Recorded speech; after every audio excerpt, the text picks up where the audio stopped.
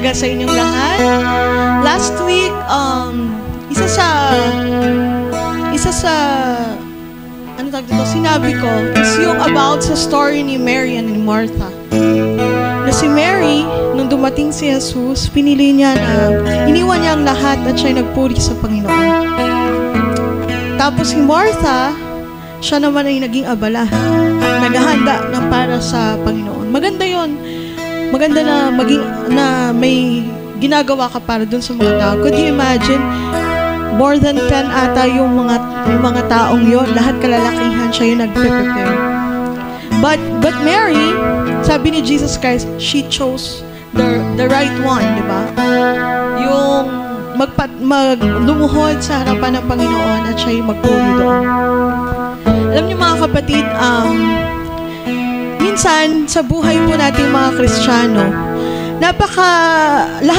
napakabilis sabihin na I trust God. Amen? Nagpe-pray naman ako sa Panginoon. But you know what? When it comes to praising, hindi lahat nagagawa yun. Why? Mga kapatid, iba ang prayer sa praising. Pag tayo nagpe-pray, di ba ginagawa natin, nilalahad natin sa Panginoon lahat ng mga suliranin natin, ito ang mga gusto natin, pinapasalamatan natin siya. We are talking to God. But you know what's the difference about praying and praising? When you praise, we celebrate the goodness of Jesus. When you praise, you tell your people, the whole world, or yung people lang sa katabi mo, na pinapupurihan ko ang Panginoon sa kabila ng lahat ng pinagdadaanan ko. I know it's not easy. Ako rin, magiging honest ako sa inyo. There are times na sa buhay ko na parang hindi ako wala sa puso ko yung makapag-praise sa Panginoon. Kasi meron ako mga pinagdadaan ng challenges. But let us praise anyways. Amen? Sometimes we forgot kapag nakuha na natin yung blessing, sometimes nakakalimutan natin yung blesser. Kapag ang Diyos nag-provide, minsan nakakalimutan na natin yung provider. Kapag tayo ay nasa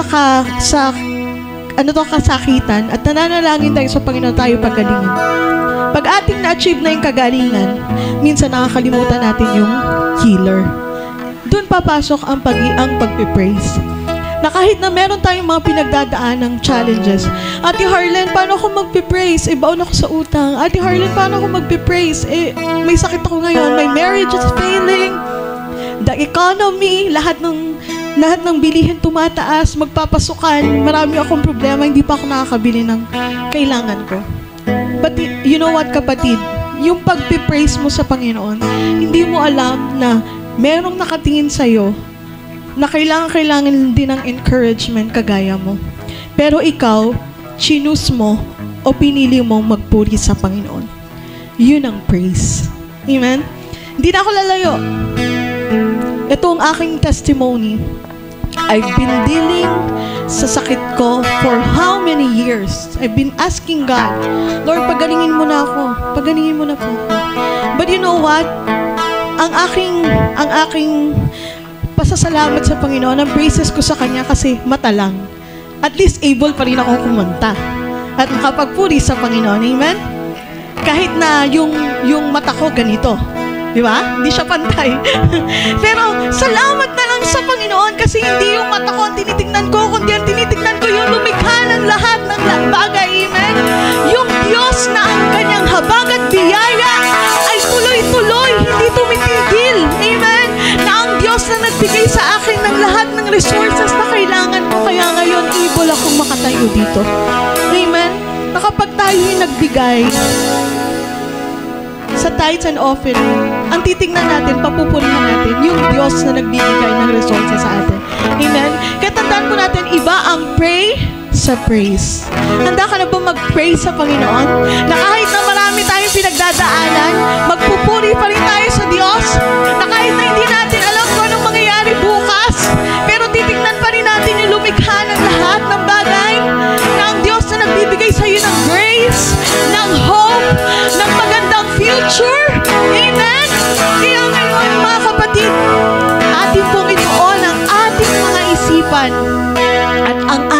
mata sa Diyos na may kontrol ng lahat ng bagay.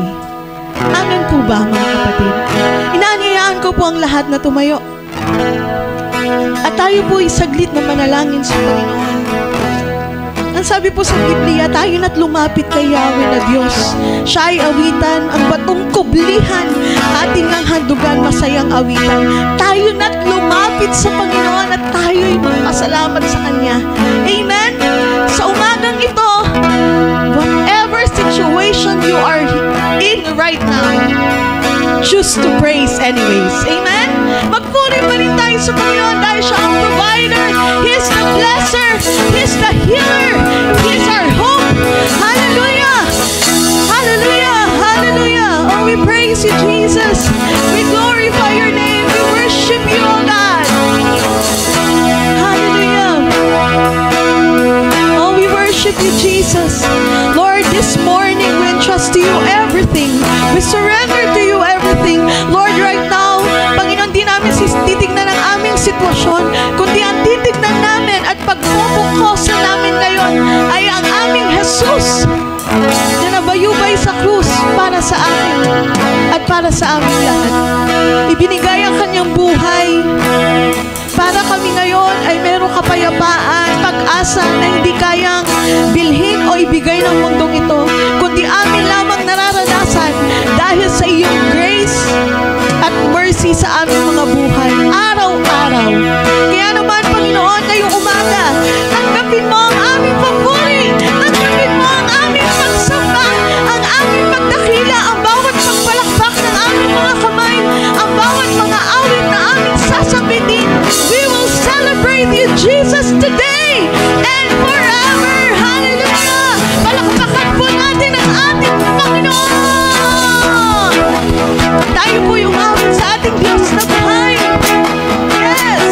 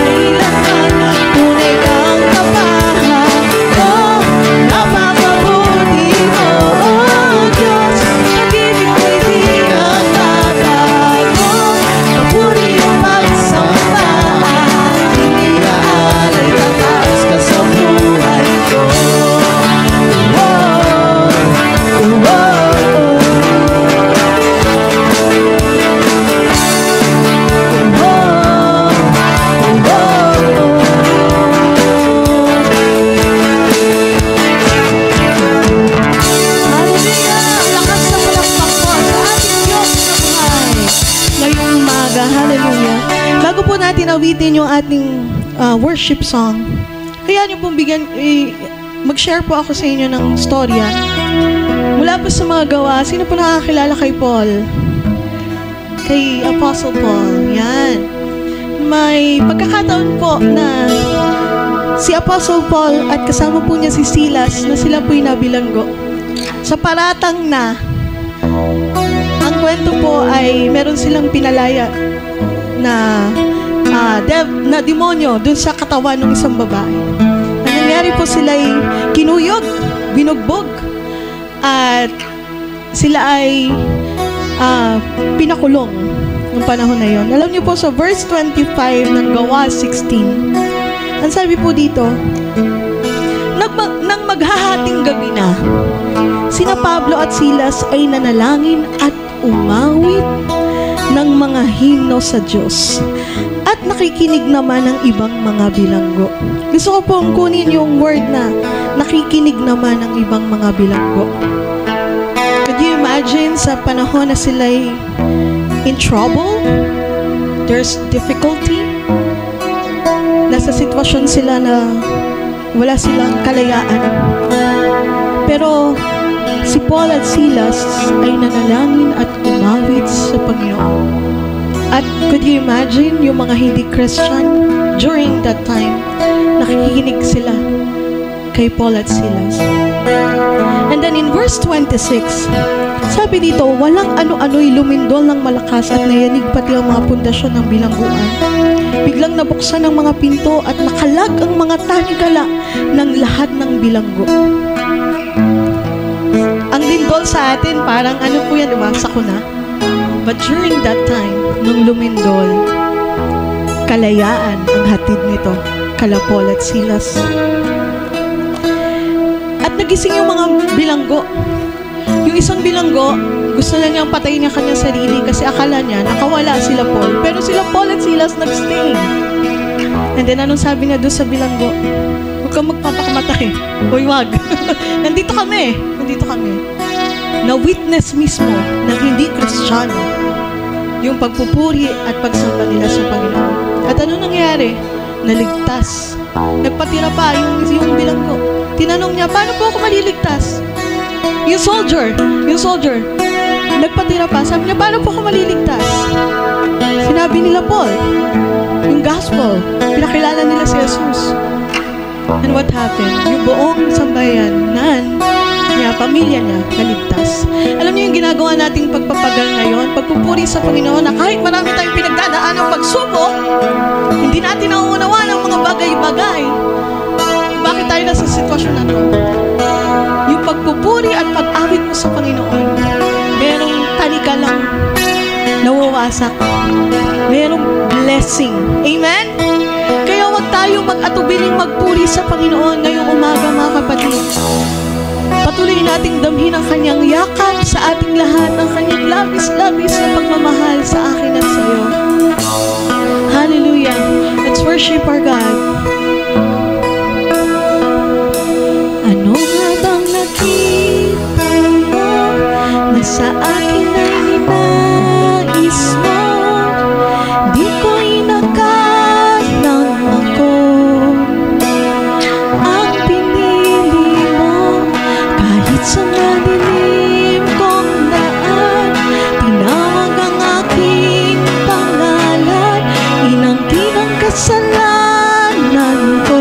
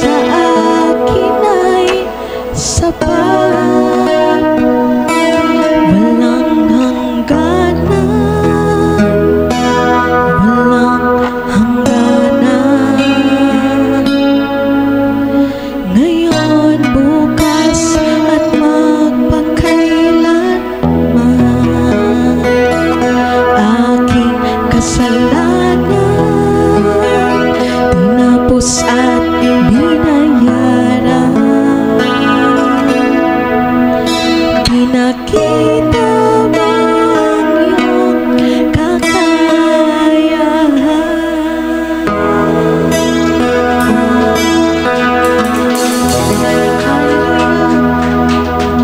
Patuloy ka po naming sinasamba, Panginoon. Sinasamba ka namin ng buong puso, buong isip at buong kaluluwa, Panginoong Diyos. Pagkat ika'y laging mabuti sa lahat ng oras at sa lahat ng panahon.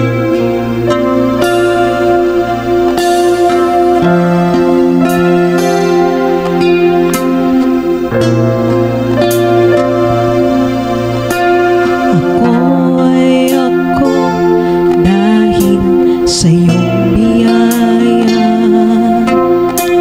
Lumalakas, lumalago sa bawat oras.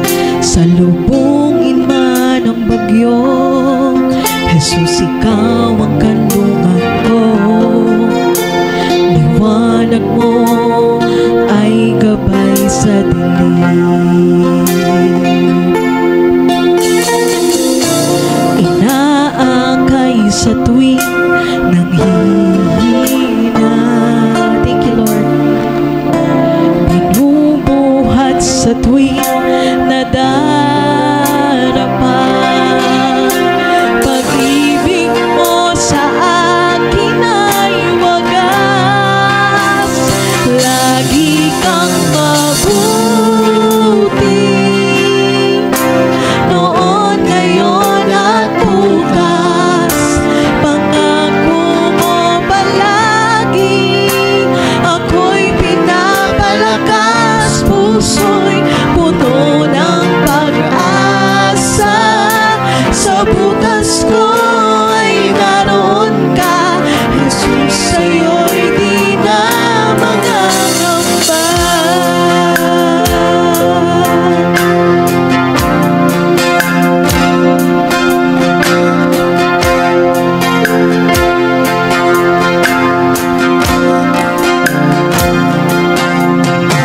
Ako ay ako dahil sa iyong biyaya. Lumalakas, lumalago sa bawat oras. Sa lubungin man ang bagyo, Jesus, ikaw ang kalungan ko. Liwanag mo ang gabay sa dilim.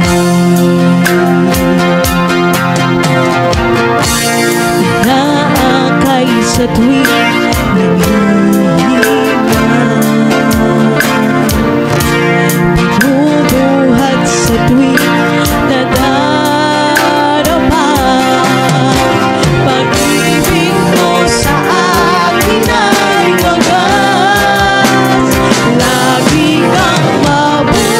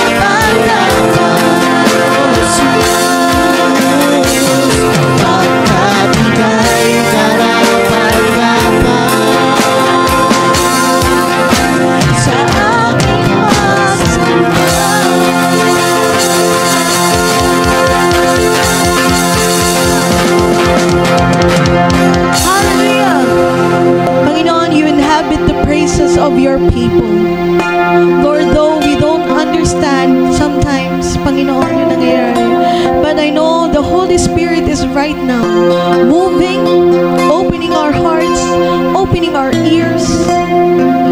Lord, we are ready to receive your word today. Your word na alam namin, hindi lamang ito basta narinig.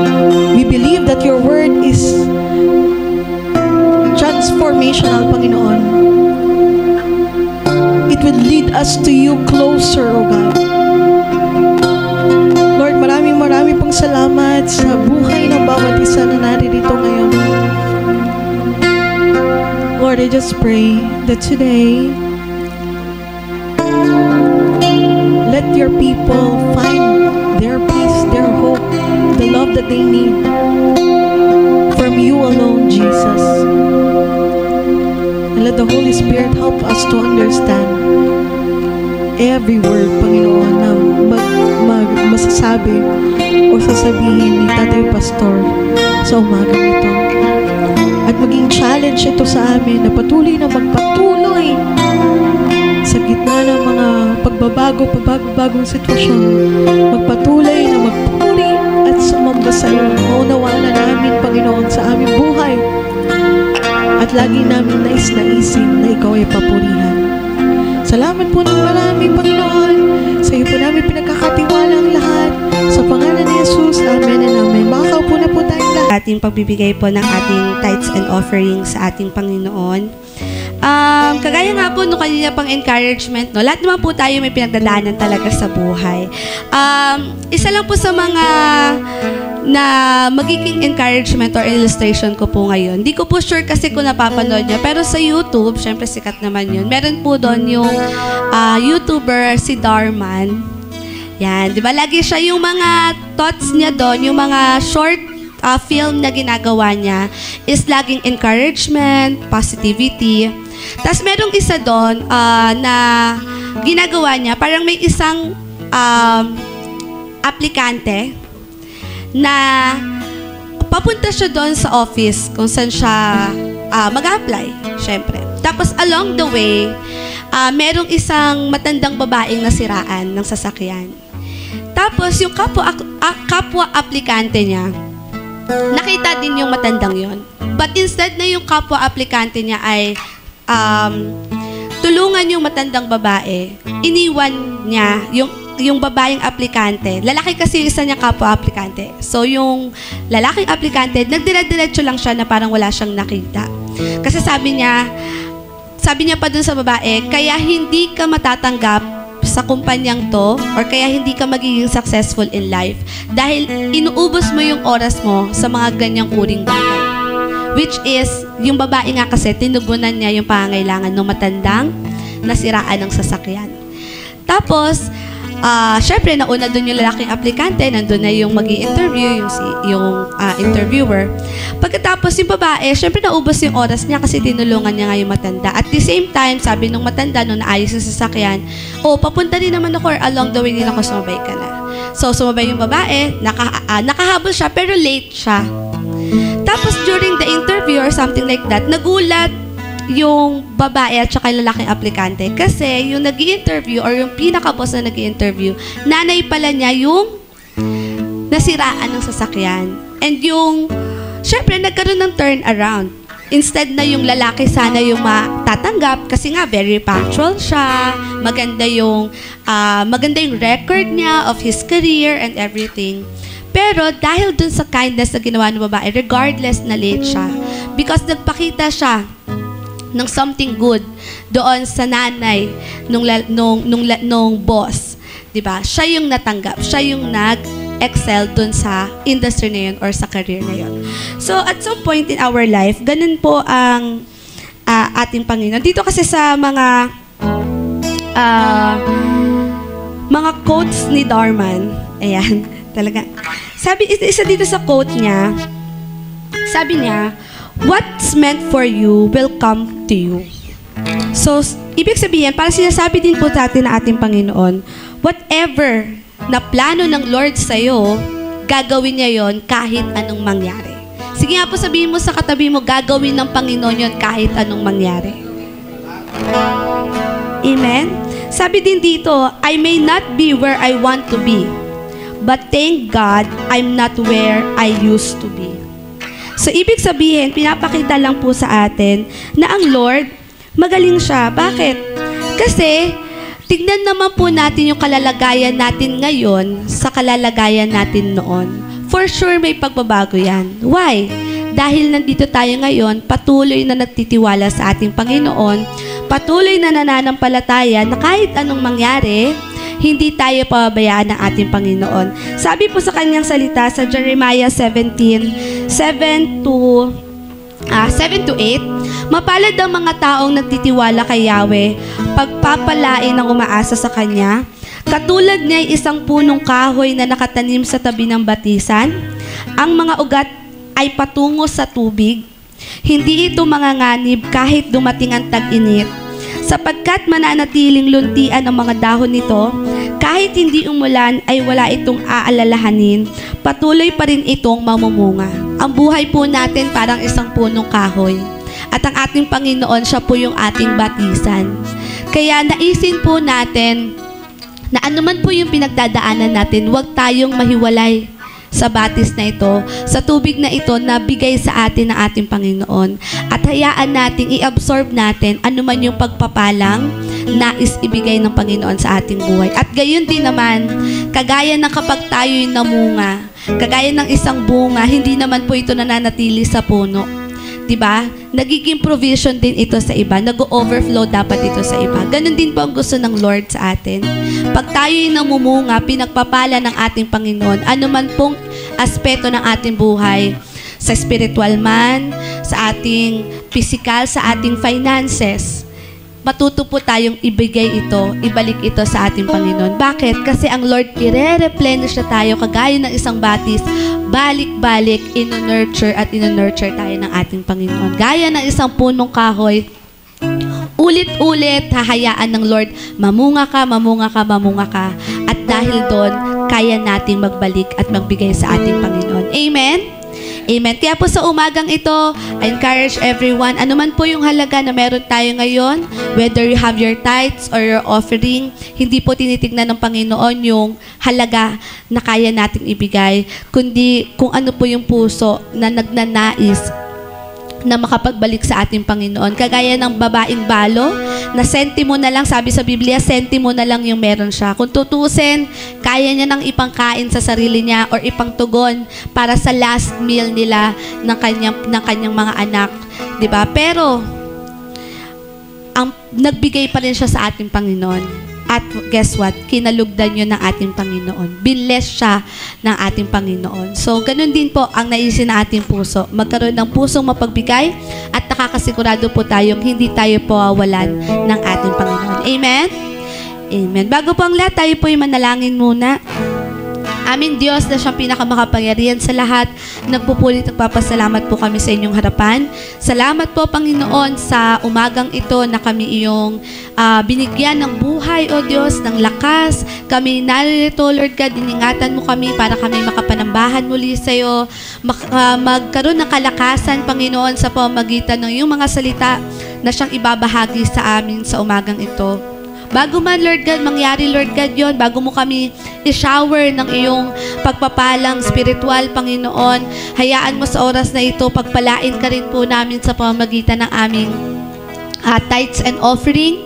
Dalangin ko, Lord God, pagpalain mo ang bawat kamay na magbibigay ngayon, whether bata ito, Lord God, kabataan, matanda, Panginoon, ikaw po ang siyang tutugon sa lahat po ng aming pangangailangan. At dalangin ko po, Panginoon, na tignan mo, Lord God, yung aming mga puso, yung na nagdi-desire, Panginoon, na mapapurihan ka sa pamamagitan po ng aming tithes and offering. Lord, itaas ang iyong pangalan, luwalhatiin ka at sambahin ka sa tanging pangalan ng anak na si Jesus. Amen. Magsitayo po tayong lahat at buksan po natin ang ating mga Biblia sa Aklat ng Kolosas, Kapitulo 2, talatang 6 hanggang 7. Yamang tinanggap na ninyo si Kristo Jesus bilang Panginoon, mamuhay kayo na may pakikipag-isa sa Kanya. Magpakatatag kayo at isalig ninyo sa Kanya ang inyong buhay. Magpakatibay kayo sa pananampalatayang itinuro sa inyo at lagi kayong magpasalamat sa Diyos. Makakaupo na po tayo. Okay, magandang umaga po sa ating po lahat, sa mga nasa online po natin abroad, Tayo po ay naka-live sa mga nanonood. Happy Father's Day po sa inyo. No? Meron pong napakahalagang okasyon na ipinagdiriwang. Isa na po ang Mother's Day nakaraan. Ngayon naman po ay araw po ng mga tatay. Sa araw po ng mga tatay, meron pong dalawang napakahalagang talata na dapat maintindihan natin.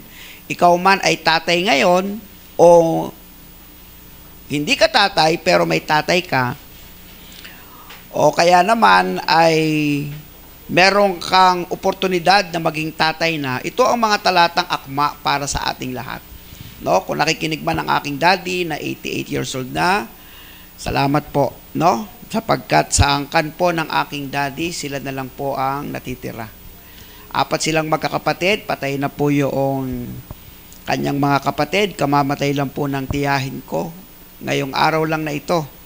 At wala na po talaga. Mami at daddy ko na lang ang natitira sa Bawan, Batangas. Pinakamatanda na sila.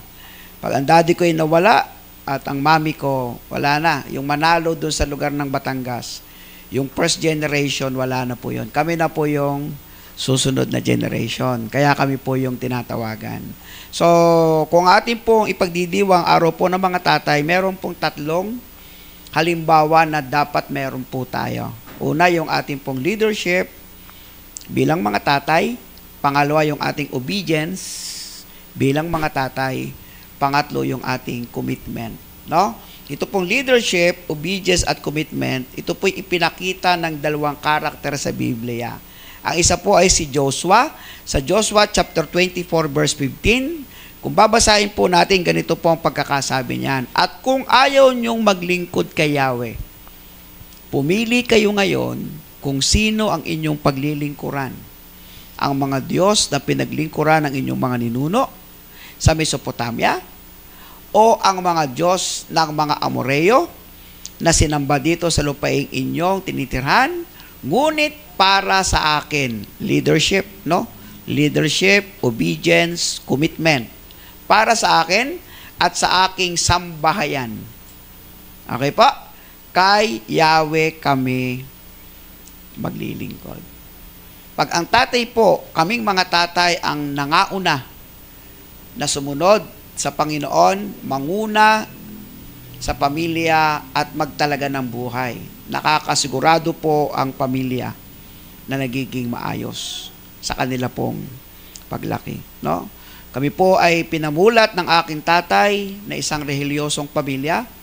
Nakakilala kami ng mas malalim pa sa Panginoon nang kami po ay sumunod sa pagkatawag ng paglilingkod. Nang ako po ay magkaroon ng sariling pamilya. Ito na po yung aking pamilya. Sila po ay napalaki sa pangunguna ko at pagsunod at pagtatalaga ng buhay ko sa Panginoon. So like Joshua, mga tatay man kayo o magiging tatay man kayo, sana yung halimbawa ng leadership, obedience, and commitment, nasa sa atin yan bilang mga tatay. At ipag-pray po natin, do sa mga bata dito, mga kabataan, ang mga tatay ay maaring hindi ganon. Pero sa biyaya ng Panginoon, walang imposible na sila po ay magiging ganon. Pangalawa po ay si Abraham. Si Abraham po ay pambihira ang kwento sapagkat daan ang taon bago sila nagkaanak.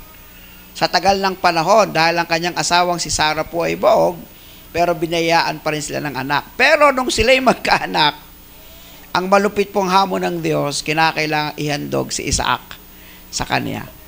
Tingnan niyo po yung leadership, obedience, and commitment ni Abraham nung panahon na yon.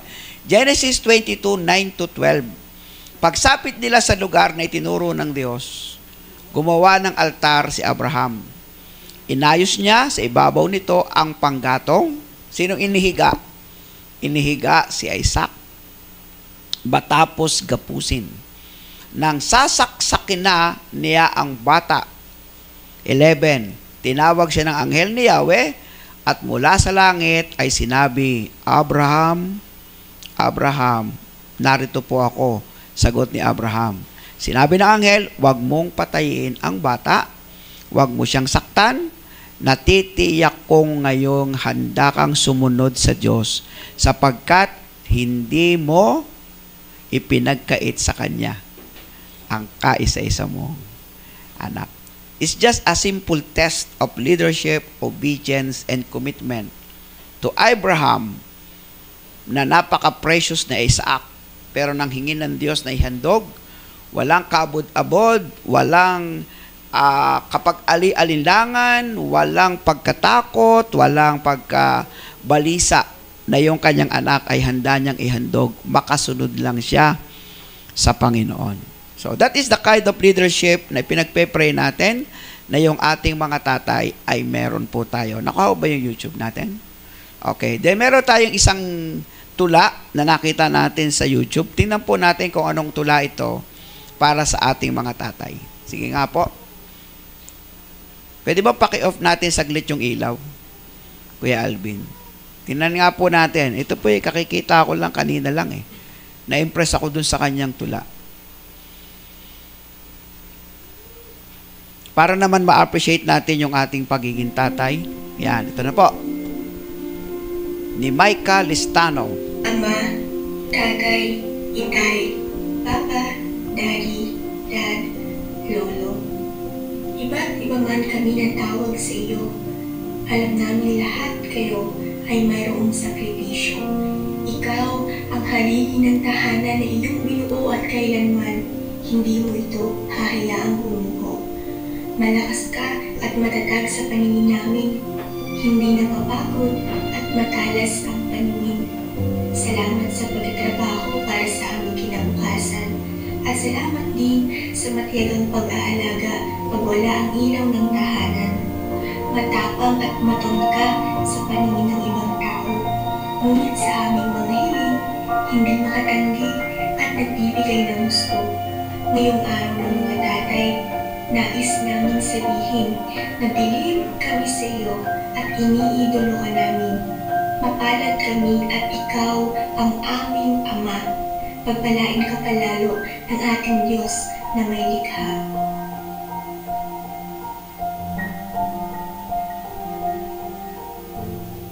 Ayun, palakpakan naman natin ang ating mga tatay. No? Mga tatay natin, nabubuhay man o wala na sila, sumasaludo po kami mga tatay sa buong mundo. Kayo ang aming ehemplo ng leadership, obedience, and commitment. Pero alam po ninyo, kahit gaano pa kataas ang ating pagkakilala sa ating mga tatay, meron pa pong mas mataas. Kahit gaano pa kataas ang nangunguna sa isang paaralan, for example, ito ay principal, meron pa ring mas mataas sa kanya. Kahit na ikaw ay may-ari na ng pinakamalaking kumpanya, CEO, president ka, meron pa ring mas mataas sa'yo. One time, nakabasa ako sa nakapanood ako sa Facebook, sabi nung umu-order sa Jollibee, no? Medyo meron siyang reklamo. Nasaan yung manager? Gusto ko makausap. Sabi nung,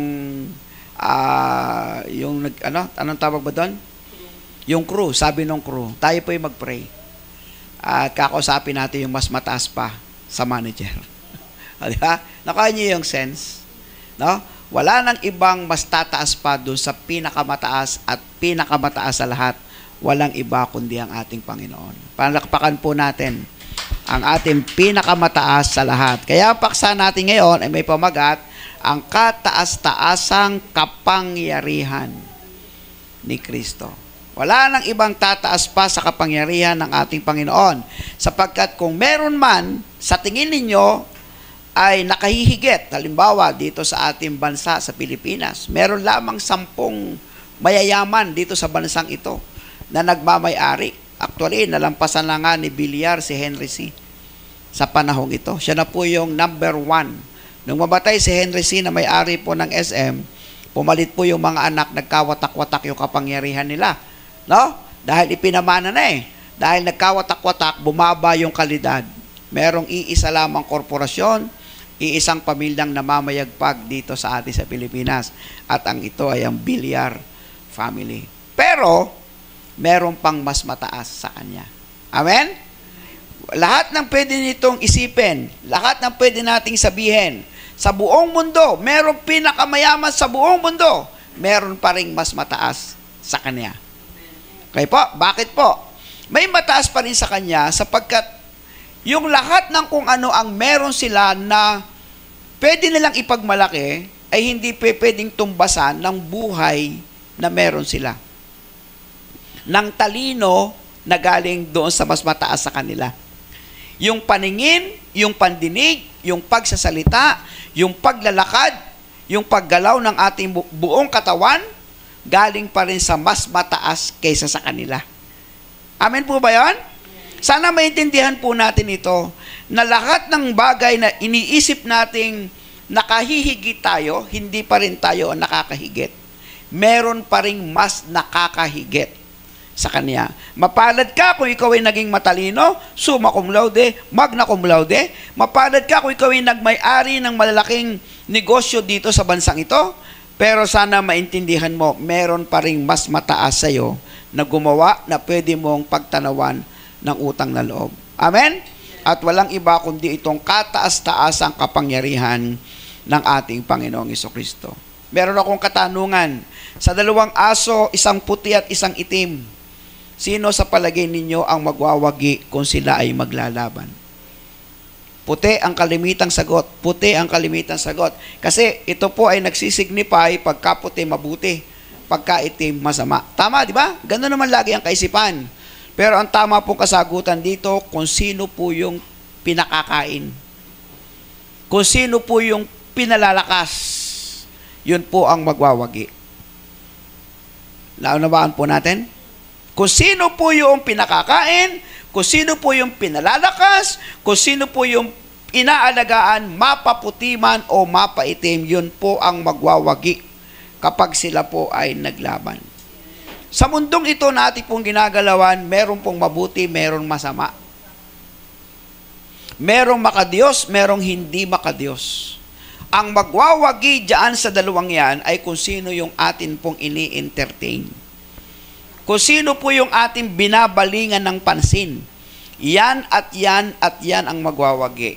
Meron pa tayong kasabihan, daig ng maagap ang masipag. Another po ay daig ng matalino o masipag mag-aral. No? Yung matalino, hanggang dyan lang, pero hindi naman siya masipag mag-aral, baliwala. Talo ng masipag mag-aral ang isang matatalino. So, kaya sa pagkakataon pong ito, pag-aaral po natin ay tungkol po sa mga katotohanan, patungkol po sa kataas-taasang kapangyarihan ni Kristo, at patungkol po sa kung papaano po ito nakakaapekto sa ating buhay bilang mga Kristiyano. Sa kabila ng ating pagiging mananampalataya, hindi natin maiwasan ang mga pagsubok sa buhay. Tayo po ay naaapektuhan ng kung ano ang nangyayari sa bansa. Kung tumaas po ang bilihin, apektado tayong lahat. Kung nagkaroon po ng pandemya, lahat tayo damay-damay. Mayaman o mahirap, pare-pareho lang. Kung bumuha po sa lugar natin, mayaman o mahirap, damay-damay yan. Kung nagkasunog, mayaman o mahirap, damay-damay yan. Tanging ang nakakalamang lang sa ating paningin yung may pera. Ang nakakalamang lang sa ating paningin yung may mga negosyo. Pero sa salitang pagsubok na dadaanan natin, lahat tayo ay dumadaan sa ganyang mga bagay. At sa bawat problema, may mga pangyari sa buhay natin na inirereklamo natin sa mga paraang ang tingin natin ay negatibo. Alam niyo yung nangyari sa isang eroplano bumagsak? Saan yung lugar? Sa India. Di ba? Paglipad, sumabog, lahat patay, isa lang ang nabuhay. Pero nadagdagan pa, yung nadaganan ng eroplano, mga patay din. Okay? Patay yan, ha?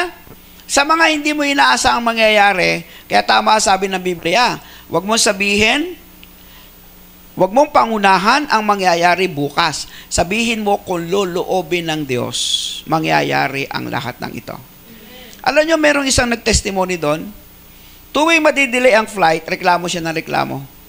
Ang dami niyang reklamo sa airlines, delay, mainit, ganyan. Pero alam nyo, yung kanyang pagka-delay ang naging dahilan kung bakit buhay siya. Nag-testimony siya. Sabi niya, reklamo ko ng reklamo sa pagka-delay. Reklamo ko ng reklamo, napaka-impatient ko. Pero alam po ninyo, tinanghali ako ng gising, na-delay na naman ako, naiwan ako ng eroplano. Nung babalitaan ko, ilang minuto lang, sumabog yung eroplanong dapat sana ako ay nakasakay. Could you imagine? May mga pangyayari po sa buhay natin na napangungunahan natin. Agad-agad ng mga bagay na negatibo na mga nangyayari. Pero hindi mo alam kung ano yung programa ng Diyos sa iyo sa bawat araw. Ang kailangan lamang po natin talaga sa kataas-taasang Diyos na higit sa lahat, doon natin ipagkatiwala ang lahat. Kasi siya po yung nakakakita ng kung anong nangyayari sa ating lahat. Tayong mga tao ay limitado sa mangyayari sa kapitbahay natin. Limitado sa mangyayari sa bawat umaalis nating mga anak. Pero ang Diyos na pinagbibili na natin sa lahat sa bawat araw, yung ating Diyos na napakatasala sa lahat, na ating pong pinapanalanginan araw-araw sa mga anak natin, saan man tayo pupunta, ano man ang ginagawa, yun ang may kontrol ng lahat ng bagay. Kaya may mga pagkakataon na yung inaakala natin na hindi nakakabuti, may programa pala ang Diyos sa likod noon, na ito pala ay sa ikabubuti ng lahat. Kaya sabi, yung salitang bitter, kayang gawing better ng Diyos. No? Yung salitang mapait ay pwedeng gawing isang napakatamis na biyaya ng ating Panginoon sa atin. So, ngayong umagang ito, tingin lang tayo hindi sa mas mataas sa lupa, kundi higit doon sa mas mataas pa sa lahat. So, ang mensahe po, unang-una, yung ating pong paglakad kay Kristo. Sa paglakad po natin kay Kristo, tinanggap po ba natin si Kristo bilang Panginoon? Amin po ba yan? Na ang ibig sabihin, siya na yung masusunod sa atin. Sa ating pong paglakad kay Kristo, atin po bang sinusundan yung yapak ng ating Panginoong Jesucristo? Sa ating paglakad kay Kristo, nakikita nyo ba na lumalago ang ating pananampalataya at nagbubunga ba ito ng pagpapasalamat? Sabi nga nung ating po tagapanguna kanina, ni Sister Harlen, sa panahon lamang ba na tayo po ay nasa negatibong kalagayan, pasasalamatan ng Diyos? Magkaiba yung prayer sa praises, no? Sa praising God. Ang praising God is negative or positive, very consistent ka to praise the Lord, no? Para purihin mo ang Panginoon. Kaya sabi dito, ang tunay at ganap na kumikilala kay Kristo, ano? Si Kristo ang Panginoon, si Kristo ang masusunod. Yun ay kung kikilalanin mo si Kristo sa pinakamataas niyang kalagayan. Kasi nakakalungkot, gusto ng tao sundin ang kapwa-tao. Pero madalas, ang tao ayaw talagang sundin ang Diyos. Hindi niyo napapansin? Pag ang tao ang nagdikta, hindi maaaring hindi ka papasok, hindi ka papasok. Papasok at papasok ka. Pag ang tao ang nagdikta kung ano ang iyong gagawin, gagawin at gagawin mo. Kahit ikaw ay pagod na pagod, kahit ikaw ay puyat na puyat, dahil iniutos ng taong nakatataas sa iyo, susunod at susunod ka. Pero bakit hindi mo masunod yung mas mataas pa kaysa sa lahat? Amin ba yan? Kaya sa paglakad mo kay Kristo, ang mensahe, siya ba ay tinanggap mo bilang Panginoon? Siya ba ay sinusunod mo at sinusundan mo ang kanyang mga yapak? At napapansin mo bang lumalago ang iyong pananampalataya? At sa panahon ng mga negatibo, nagbubunga ito ng pagpapasalamat sa Panginoon. Kaya sa unang Korinto, Kapitulo 11, talatang 1, ano po yung sabi dito? Tularan niyo ako, gaya ng pagtulad ko kay Kristo. Anong resulta kay Apostol Pablo? Paglago sa pananampalataya at nagbubunga ito ng pasasalamat. Colosas Kapitulo 2, talatang 6-7, sabay-sabay nating basahin. Yamang tinanggap na ninyo si Kristo Jesus bilang Panginoon, mamuhay kayo ng may pakikipag-isa sa Kanya, magpakatatag kayo at isalig ninyo sa Kanya ang inyong buhay. Magpakatibay kayo sa pananampalatayang itinuro sa inyo at lagi kayong magpasalamat sa Diyos. Ngayon, habang tayo po ay naglalakbay sa panahong ito, sa ating buhay Kristiyano, sa ating pagsisikap na masunod kung ano ang kanyang kalooban, napakaraming maling turo pa rin sa paligid. Ang dapat nating binabantayan at dapat tayo po ay sensitibo. Kaya ang pangalawang mensahe, babala sa mga maling katuruan. May iisang Biblia. Ito, hawak nyo, binabasa nyo. Pero may iba't ibang interpretasyon, bagamat iisa lang ang katotohanan nito. Ano po? Ang Bibliang ito ay iisa. Sa Bibliang ito, merong iisang mensahe. Pero bilang tao na may talino at may katuwiran sa kanyang sarili, nag-iiba-iba ang mga interpretasyon. Pero dito, nagiging maingat ang tagapagturo. Alam nyo ba yon? Dito, nagiging maingat ang tagapagturo. Ang inyong tatay pastor, ang sino mang humahawak ng Biblia, ay dapat maging maingat. Sapagkat ito ang sabi ng Santiago, Kapitulo 3, talatang 1. Mga kapatid, huwag maghangad na maging guro ang marami sa inyo dahil alam ninyo na tayong mga nagtuturo ay hahatulan ng mas mahigpit pa kaysa iba. Kaya anong itinuturo ko? Yung naintindihan ko, yung aking nakikitang tama at makabubuti para sa nakikinig.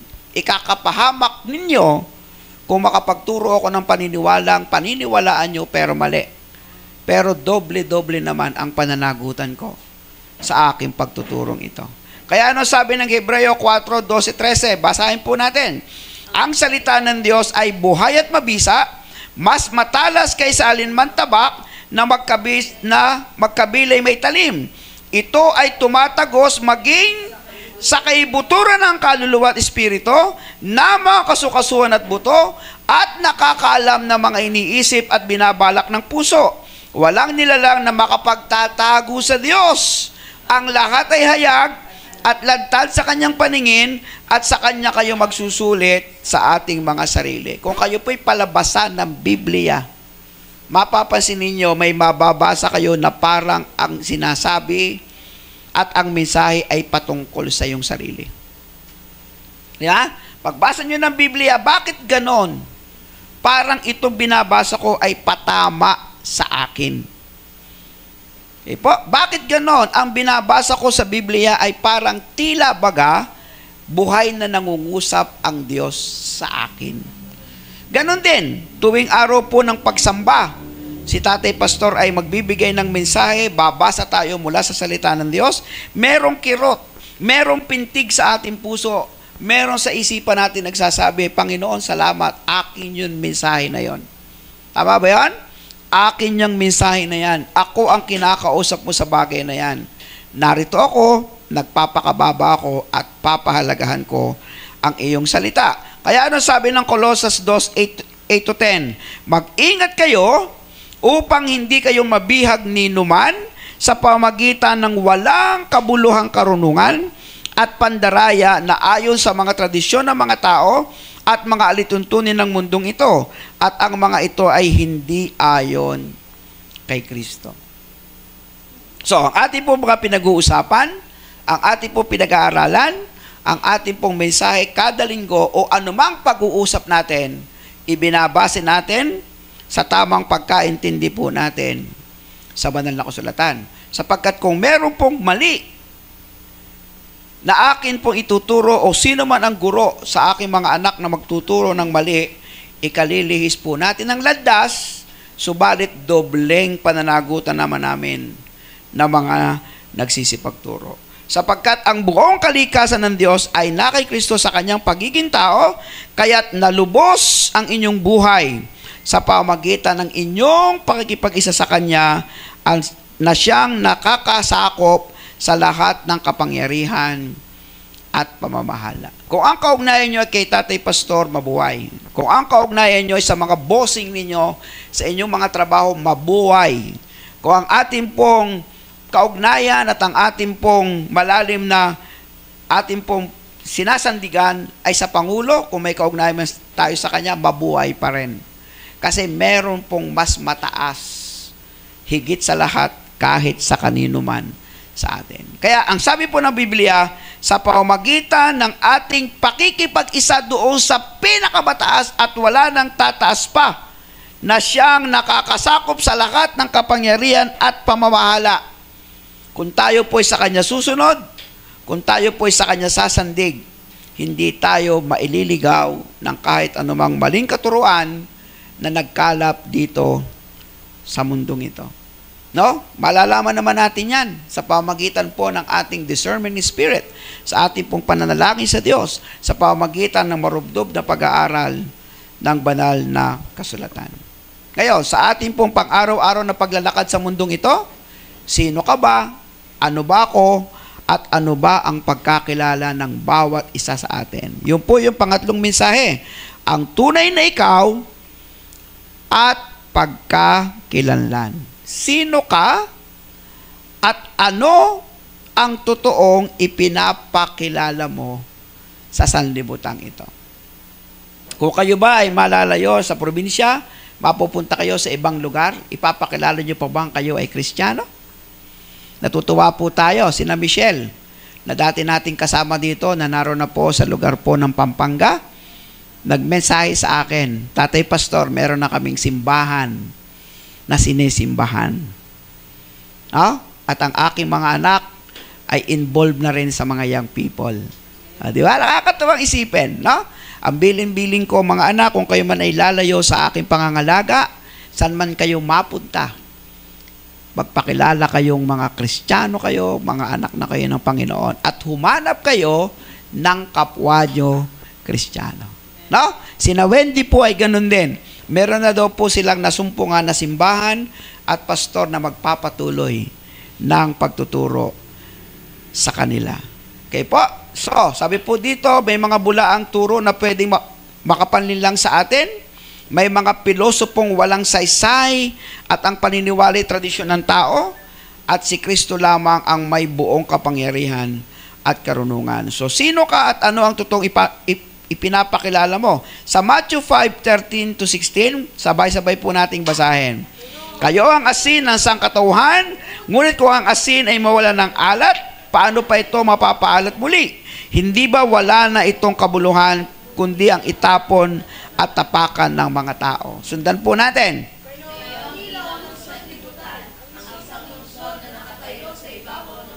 Ay hindi may tatago. Walang taong nagsisindi ng ilaw at pagkatapos inilalagay iyon sa ilalim ng banga. Sa halip, inilalagay iyon sa talagang patungan upang matanglawan ang lahat ng nasa bahay. Gayon din naman, dapat ninyong paliwanagin ilaw upang makita nila ang inyong mabubuting gawa. Kahit saan man tayo pumaroon, ikaw ay ilaw, ikaw ay asin. Okay? Unang Juan, Kapitulo 3, talatang 8 hanggang 9. Basahin po natin. Ang nagpapatuloy sa pagkakasala ay sapagkat sa simula pa ay nagkakasala na ang dyablo, kaya't naparito ang anak ng Diyos upang wasakin ang mga gawa ng dyablo. Ang mga anak ng Diyos ay hindi nagpapatuloy sa pagkakasala sapagkat nananatili sa kanila ang binhing mula sa Diyos at dahil ang Diyos ang ama nila, hindi sila maaaring magpatuloy sa pagkakasala.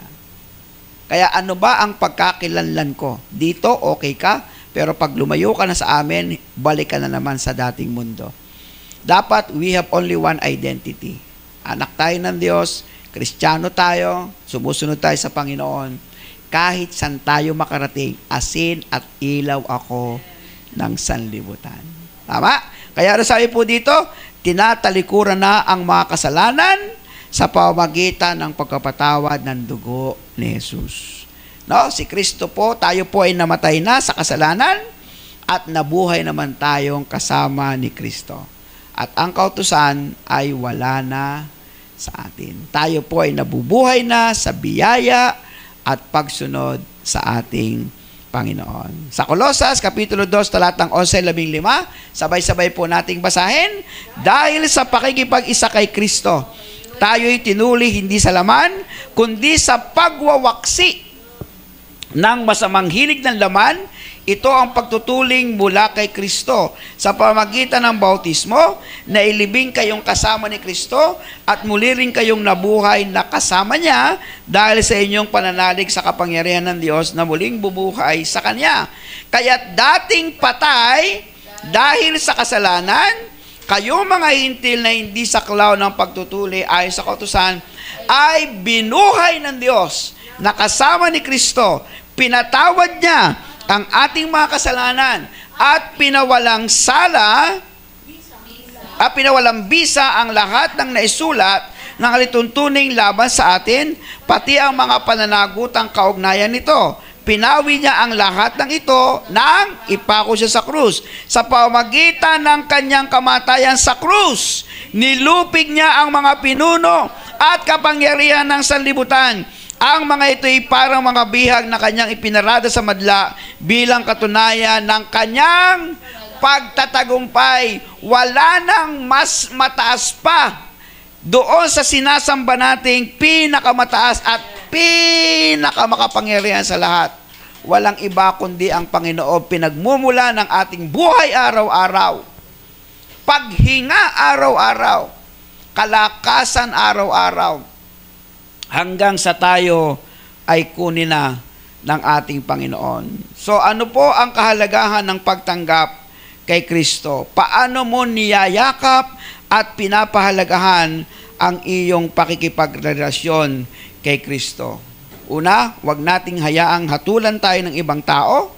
Panatilihin natin si Kristo ang ulo ng iglesia, at tayong mga Kristiyano na mga buhay ay dapat nagkakaroon ng kaugnayan sa isa't isa. Alam po ninyo, ang Diyos ay mabuti sa lahat ng oras, sa lahat ng pagkakataon. Tayo po ito may lahat. Awitin po natin, laging mabuti ang ating Diyos. No? Parangalan po natin ang Diyos sa isang karangalan na napakataas, at atin pong patuloy na itataas at itataas at itataas ang kanyang karangalan, ang kanyang pangalan. Oh Lord Jesus, hallelujah. Malaya po nating parangalan ng ating Diyos. Pikit ang mata. Kung kayo po ay dinadala sa pagtataas ng inyong mga kamay para sa kanyang karangalan at kapurihan, gawin po natin. Ako ay ako dahil sa iyong biyaya. Hallelujah. Lumalakas, lumalago sa bawat oras. Salubungin man ang Salubungin man ang bagyo. Amen. Jesus, ikaw ang kanlungan ko.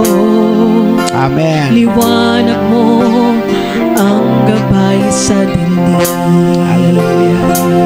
Inaakay sa tuwing nanghihina. Inaakay sa tuwing nanghihina. Pinubuhat sa tuwing nadarapa. Pinubuhat sa tuwing nadarapa. Pag-ibig mo sa akin. Pag-ibig mo sa akin ay wagas. Sama-sama po tayo magpurisan. Lagi kang mabuti, noon, ngayon at bukas. Pangako mo palagi, ako'y pinapalakas. Puso'y puno ng pag-asa, sa bukas ko ay naroon ka. Jesus, sa'yo'y di na mangangamba. Lagi kang mabuti. Lagi kang mabuti, noon, ngayon at bukas. Pangako mo palagi, ako'y pinapalakas. Puso'y puno ng pag-asa, sa bukas ko ay naroon ka. Jesus, sa'yo'y di na mangangamba. Palagi kang mabuti, noon, ngayon at bukas. Pangako mo palagi, ako'y pinapalakas. Puso'y puno ng pag-asa, sa bukas ko ay naroon ka. Jesus,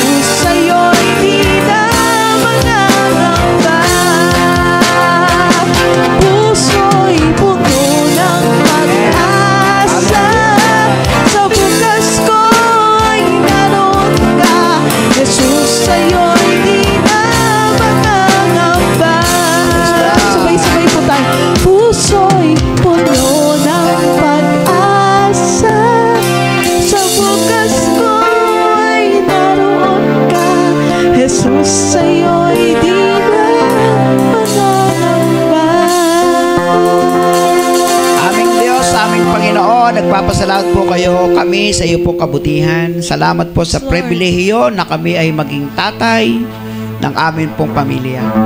Salamat po sa karapatan na ibinigay niyo po sa amin na magkaroon din ng ama, ng tatay na nagpalaki po sa amin. Kung sila man po ay nabubuhay pa, salamat po, katulad ng aking daddy na hanggang ngayon ay nabubuhay pa. At salamat bilang tatay, biniyayaan mo ako ng isang asawa at 6 na anak. At ngayon ay meron ng apo, meron ng manugang. Salamat po sa pamilyang meron ako. At alam kong lahat kami ay nagpapasalamat dito. Sa aming pong panalangin, kung meron man po dito sa aming kalagitnaan na ang kanilang mga asa-asawang lalaki o tatay ng tahanan ay hindi pa nagkakaroon ng puwang ang puso nila para sa iyo, mapangyari po, O Diyos, na bawat araw kausapin niyo po sila at mapagtanto naming mga tatay higit sa lahat ang pagkilala sa napakataas at napakamakapangyarihang si Kristo, ang siyang pangunahing dapat meron kami sa aming puso: leadership, obedience, and commitment. Mapangyari ito, O Diyos, sa aming pagsunod sa makapangyarihang si Kristo laban sa mga maling katuruan, sa tamang paglakad namin sa iyo at sa tamang pagpapakilala bilang asin ng sanlibutan ito. Kaya muli, salamat po sa aming mga tatay dito sa unang pagsamba namin. Ingatan niyo po, pagpalaan niyo po sila, gabayan niyo po sila, kalusugan nila, katalinuhan nila, pagtatrabaho ng aming mga tatay, Panginoon. At higit sa lahat ay ang pagtangkilik sa espiritual na bagay. Pinapupurihan ka namin, tinataas namin ang iyong pangalan, maging sa aming pag-iwahiwalay mula ngayon at magpakailanman. Amen and Amen.